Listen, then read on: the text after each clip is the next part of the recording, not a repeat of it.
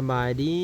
สวัสดีพ่อแม่พี่น้อง FC เบิร์ดทุกคนทุกท่านเนาะเมื่อนี้กับบ้างกับมาทำอาการของนางร้อยเนาะว่าดีขึ้นนะบ่หรือว่าจังใดเนาะก็เห็นหลายๆคอมเมนต์ก็มีหลายๆอย่างพ่อแม่พี่น้องเนาะก็ขอบบุญขอบคุณหลายๆเด้อที่คอมเมนต์และแสดงความคิดเห็นให้บ้างพ่อแม่พี่น้องเอ้ยเนาะก็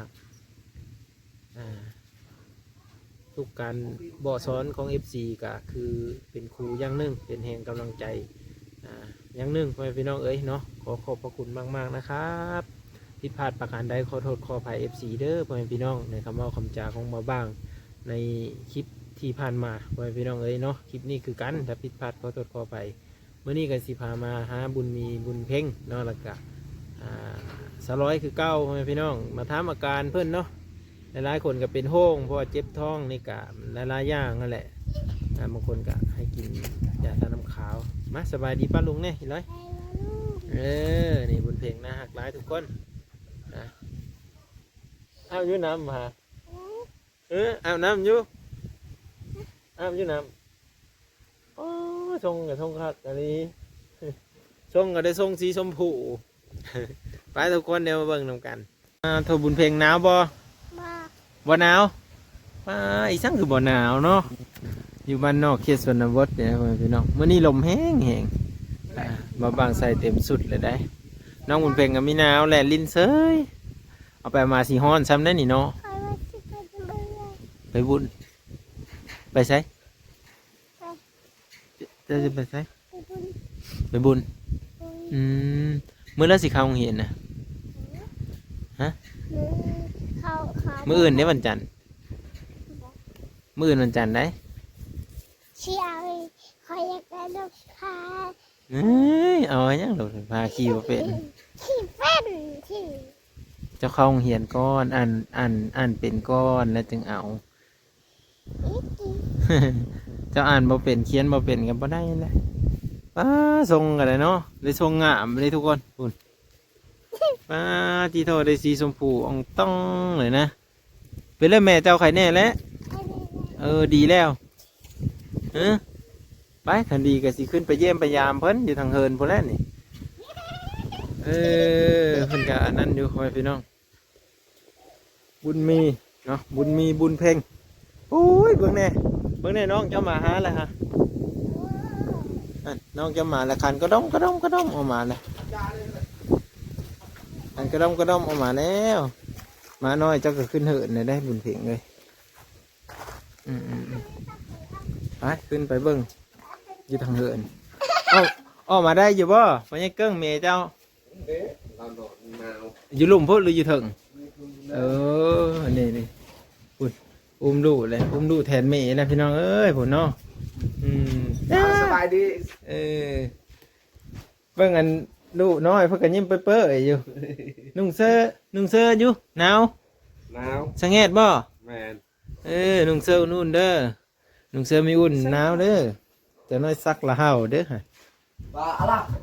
เมื่อไรกระตุ้งหืดวันเมื่อไรตุ้งหืดกระตุ้งหืดแล้วหืดสูบนี่ไม่จักอยู่หืดสูบออกมาได้อยู่บ่พี่ออกมาหน่อพี่กันออกมาได้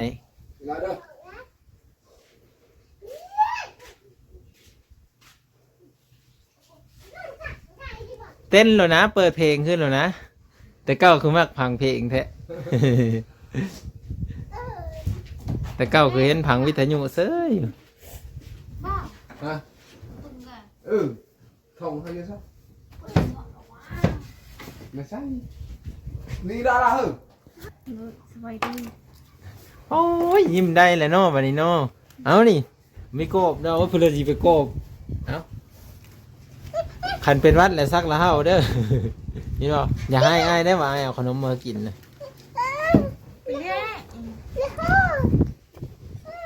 ยิ้มได้แล้วบ้านนี้เป็นเลิกไข่แน่แล้ว FC เป็นห่วงแหง FC ว่าซื้อยาทาน้ำขาวอาจารย์จิบอยู่หัวอีเลยมันเล่นขึ้นหัวเลยมันจังเป็นโอ้จะว่าไข่แน่ดีคักเลยพอเต้นพอพอนได้หรือยังรู้ว่ายังไม่ทันเต้นทันพอนได้อยู่ เช้านี่ก็ซัก เช้านี้ก็ซักบ่เออเด็กก็หน้าตาสดชื่นขึ้นได้เด้น้องพ่อใหญ่เกิ้งเนาะ มา ก็คล้ายๆแน่แหละพ่อแม่พี่น้องเอ้ย วันนี้วันไปเมื่อวานนี้บ่ได้ขายปานใดนี่ขายได้กินข้าวหลายนี่ กินข้าวกินน้ำ ปลา แน่ ปีนึง โอ้แสดงว่าแข็งแรงเลยนะนี่ฮะกินข้าวกินน้ำได้นี่เนาะคือว่าเขามีน้ำหลายนี่นะเป็นวัดเป็นไอซื้อแบบนี้นะกับวิดลก็ดีดอกธรรมชาติของทุกคนก็เป็นมัดทุกคนตอนนี้เนาะหลายๆคนก็เป็นโฮงก็เลยเข้ามาถามข้าวคือเก้ามาแล้วแต่ไปกินคักบุญเพ่งก็ได้เยอะเด้เนาะก็กินน้ำเนี่ยกว่าพุ่นตัวมันมัดเพิ่มหมูเฮ้ยกาวตัวมันยังแล้วว่ะสาวร้อยเพิ่นกับไข่แน่เลยเด้อพ่อแม่พี่น้องเอ้ยเนาะไข่แน่แล้วมีทันมีเปิ้ลหมดสิตึกจะหมดขึ้นตึกแก้มเลยนะเบิ้งแน่ไก่ให้มันกินพักเจ้าไรฮัน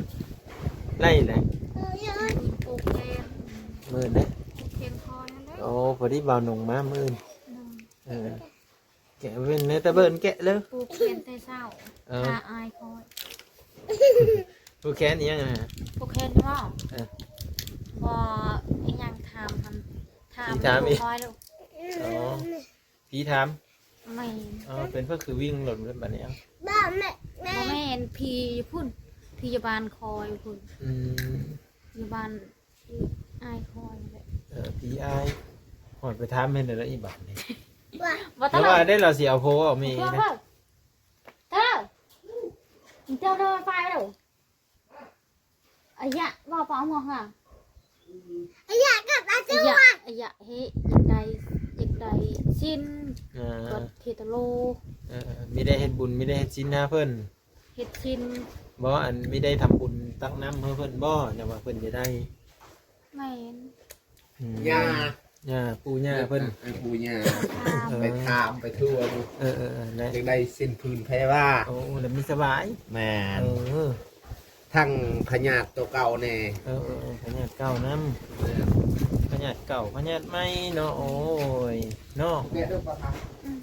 อันนางเนาะอันนางบุญมีอันนี้ฮะอันนี้อันนางบุญเพ่ง อันนี้ปลูกแล้วได้ อันนี้ผูกก่อนแล้ว ไม่ยืนเล็กทำไม บ่เปาะเลยบ่เปาะเลยบ่เปาะเลยเอา ต้มไก่เด้อ ตรงไก่เลย เอา โย่เขาเป็นตาแซ่บเลย มืออื่นนี่ นำไม่ได้บ่ มืออื่นนี่ปลูกแคนไหน ย่าย ปลูกแคนคอย อ๋อมืออื่นผูกแขนเจ้าเปิ้นเสื้องามนี่ยิ้มหนุ่ม เห็นย่างไก่ตอนนั้นทะเลคุณไก่น้อยขึ้น ๆมัดแล้วเนาะไก่เนาะ โดย ไม่ได้เร่งไม่ได้เกินมันแล้วมันจะฆ่าเลย ไก่หันตายแต่นางให้ไว้ไล่ จ๊ะเ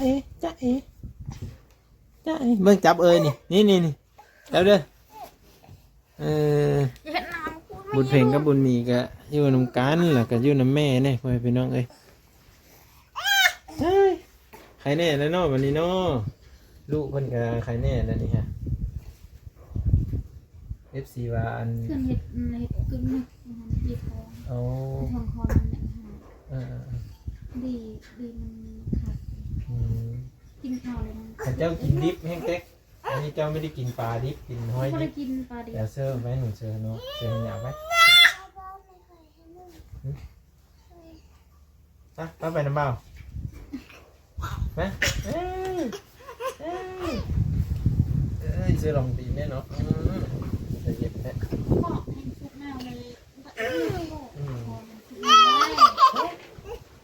เห็ดบอก เขาน้ำก็ไม่เยอะเลยเนาะ เห็ดว้าวอย่าเห็ดเวียดหนักได้เลยจ้าขอบจะขึ้นนี่อีกนึกจะได้เข้าที่กัน ก็เห็ดไปให้มันลื่นถ้าเราไม่เห็ดยังไม่ลื่นเนาะถ้าเราไม่เห็ดยังไม่ลื่น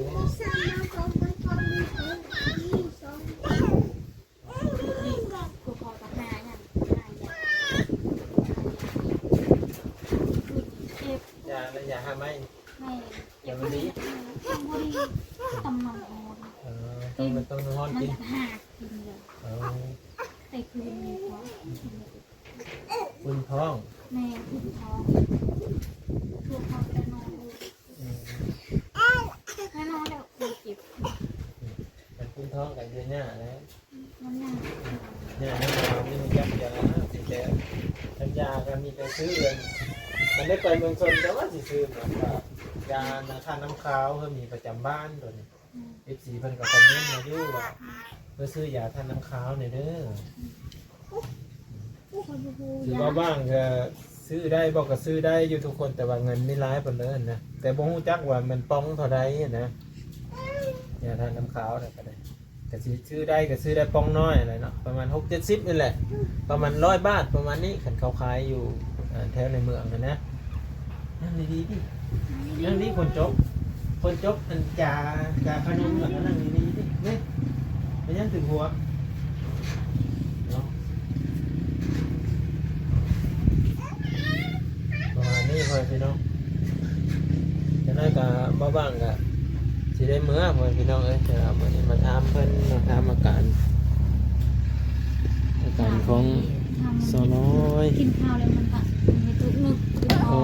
ง คุณ ยื นึ ด ก ทองเอง มันยืนท้องมันก็มีโมนในกระโตเนาะอยู่แล้วเนาะแต่ว่าลูกจะไม่ได้เป็นเจ็บเป็นไข้เหมือนพี่น้องการเลี้ยงลูกอยู่บ้านนอกกับในเมืองนี่บ้างกับบ่รู้จักเด้อตัวนี้เด้อว่าแบบใด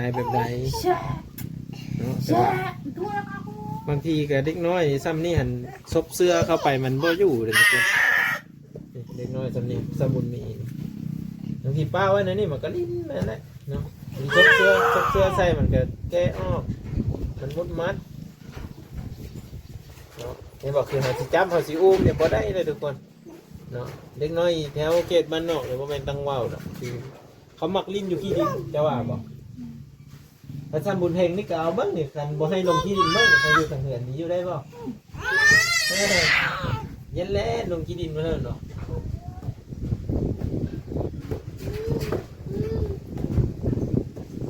ไปเลยหนาวอ่ะตรงผมจบบุญน้อยนี่มีเห็นหนาวนี่บุญน้อยๆนี่ มันเฮ็ดคือบ่สมาย เออ จี้จ้านี่กันเชิญหลายๆเด้อจังบ่ได้ไทยเด้อ ปลาแข็งปลาเก็บดีจ้ะ ปลาสีเหลืองนะเป็นมันไอ้ไม่ได้ไปปลาหลายมือนะไอ้บ่ได้แม่ว่าอยู่อย่ามืดเขาไม่ได้ไปเขาก็ไม่ได้ไปตลาด2 มื้อลองล้มเด้อล้มสน็อตเด้อล้มบ่จ้าแต่ว่ายังเจ็บโหอยู่มันนั่นก็ดีเด้อมันเจ็บโหธรรมดาซื่อแต่ว่าเล่นเลอะอันเจ็บเขาวางยาให้กินก็กินจนเมื่อกำหนดเขาเนาะมันกำหนดถ้ากับไปโกรธเสื้อตัวนี่เนาะมาอีเนี่ยมึงยังอาบได้น้ำฮะ ก่อนสะหูแล้ว อันนี้ดิอาบน้ำแม่เจอขนมอีกก้อนหนึ่งน้ำร้อนนิดเดียวดิให้สูบน้ำเฮ้ยนะเอาอาบเพิ่มอย่างนั้น อาบแรกอาบก็อาบ มันมีเด้มันมีน้อยเด้อาบน้ำอยู่บ้างสิ อุ้ยอาบเลยพอเฮ็ดน้องนะ นี่น้องวะบางแอวมันสิรุดกันฮะเนาะแอวบุญมีสิรุดแล้วไปดึงเงี้ยเด้อว่ะเอามุนไว้ พักมาอดมันคอยจิบเลย นี่คือตัวดักเป็นรถเป็นแม่ ฮอดแล้วฮอดยัง มาได้เป็นรถเด้อ ฮอดแล้ว รถชิงไข่ให้มันแน่ว่าจะได้มาถ่ายคลิปถ้าจะวนดูอะไรกับคนให้คุณบอกเขาขายเงาให้กับคนกับคนมาได้กับเย็บที่หัวไว้เด้อมันเด้อที่บอกเย็บที่หัวร้ายยัยเย็บใส่กระสอบไปเลยเด้อเดี๋ยวไอ้หมาสิขาปูป่วยมาให้น้องกิน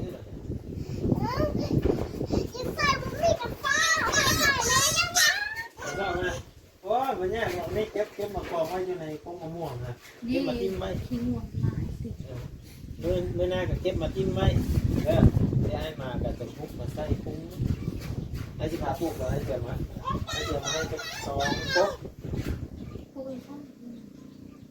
หลังบ้านก็ได้ปลูกอยู่หลังบ้าน ยังมีกิน ว่าดีนะ ยังควายแล้ว แต่สิปลูกไปนี่แบบนี้เลยทางหน้าเนี่ยไว้ปลูกพักเต็มใจทางหลังแบบปลูกไม้ปลูกนี่ก็ได้ปลูกไม้เอานั่นใส่เขาเงินน้าสาวจังน้าสาวเด็กหัวน้าสาวก็เด็กอันนั้นเราให้ปลูกได้ปลูกช่วยเราแล้วปลูกเศษเราท่าเป็นไม่ได้ร้ายมากกรมหุ่งเราตอนนี้ FC ก็เป็นโอ่งวะเอากรมหุ่งมาปลูกให้ดูเรื่อง น้ำมาแล้วว่าเนาะ โอ้เจ็บท้องอยู่แต่จะกินส้มไม่เป็นถือผ่าอะไรวะเนาะแม่พ่อใหญ่เกิ้งให้ได้ถือผ่าอะไรไหมจ๊ะ บอนะ เห็นคนจะกินส้มมีแต่นั้นเลยเนาะพ่อใหญ่เกิ้งเนาะอะไรต่างๆสงสัยแล้วสงสัยบุญมีจะได้น้องอีกแล้ว ไม่อยากกิน ว้า ไม่ทันส้ม เป็นห้องแล้วมันได้เป็นเซตติ้งนะเราอยากกัน นี่นนะเป็นไส้ติ่งแห้งง่าเด้อเสียเงินได้10 บาท แล้วเราไปกินอันนั้นน้ำมะพร้าวที่จะเป่า ในมะขามบ่เพชรบ่ทิศในกับผมกระเพาะยันฮะยังสิ บอกไม่อะไรนะสำหรับไปนะ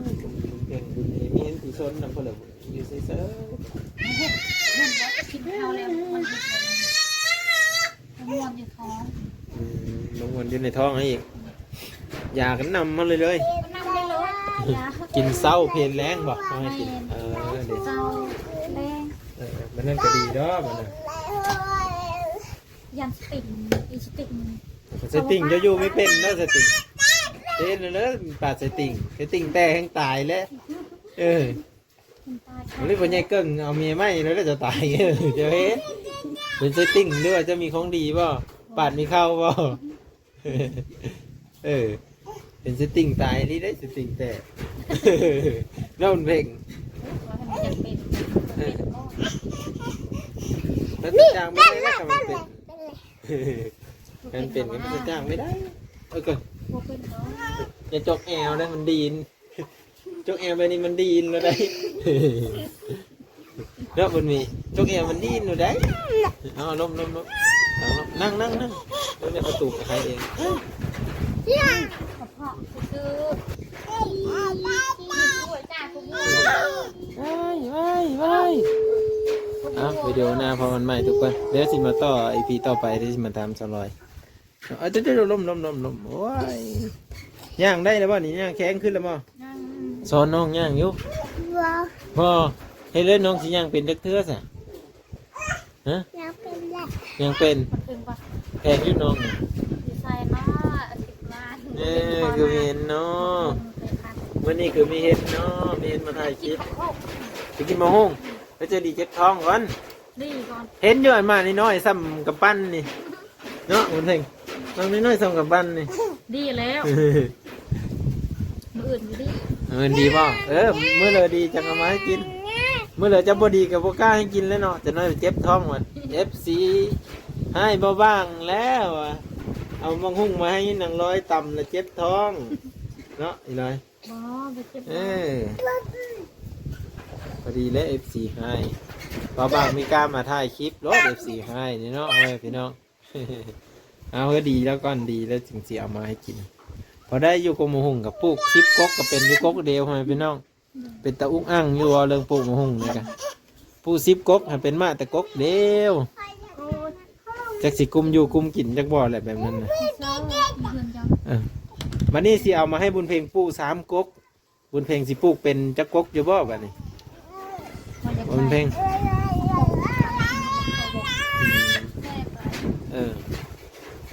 ผักบงจะปลูกเป็นบ่ ตายแล้วคนอีกคนนั้น มันต้องได้ฮดน้ำตลอดไหนผักบงกกกล้วย ปลูกวันนี้แค่ ฮดซิงไข่มันต้องได้ฮดนะคันบ่ฮดนี่มันได้เนยคันบ่ฮดมันได้ เพื่อมาคอยจะคอยสิปลูกมัน อื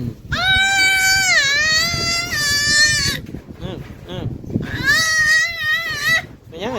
คือยังให้กันนี่แหละมากว่าไม่สิไปซื้อไหนมันคง10 ปันเนี่ย